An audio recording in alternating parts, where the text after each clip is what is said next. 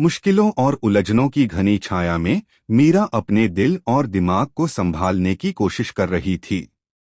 यह सिर्फ कोई मामूली परेशानी नहीं थी, बल्कि उसकी सोच और फैसलों पर गहरा असर डालने वाली एक बड़ी चुनौती थी। आर्य सर का नाम सुनते ही उसके अंदर एक अजीब सी बेचैनी उठती, मानो हर बार किसी पुराने डर या याद ने उसे जकड़ लिया हो।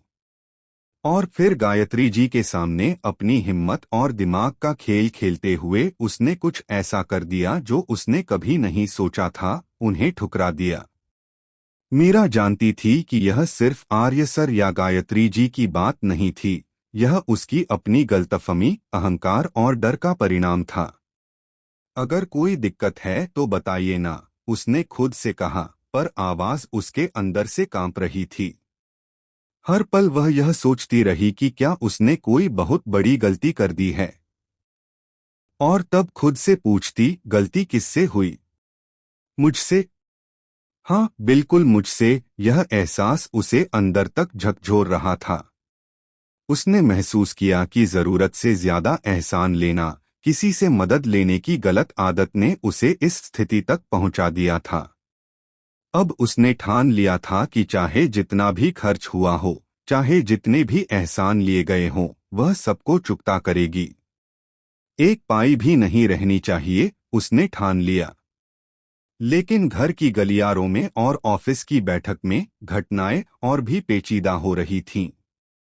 शर्मा जी की गाड़ी खर्चे पर अटकी हुई थी, अनु के पिता का हार्ट अटैक हुआ था, और मीरा की मंशा और संवेदनाएं किसी और स्तर पर जा पहुंची थीं।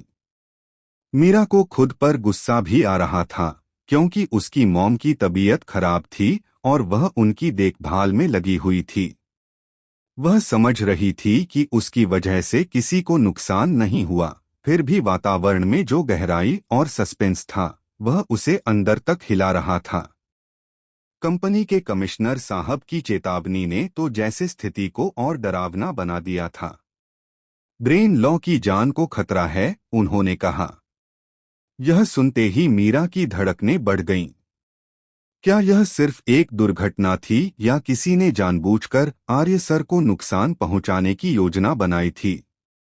ऑफिस में हर कोई अनु के पिता के हार्ट अटैक के बारे में चर्चा कर रहा था, और मीरा को लगा कि लोग अनु का नाम सुनते ही पागल क्यों हो जाते हैं।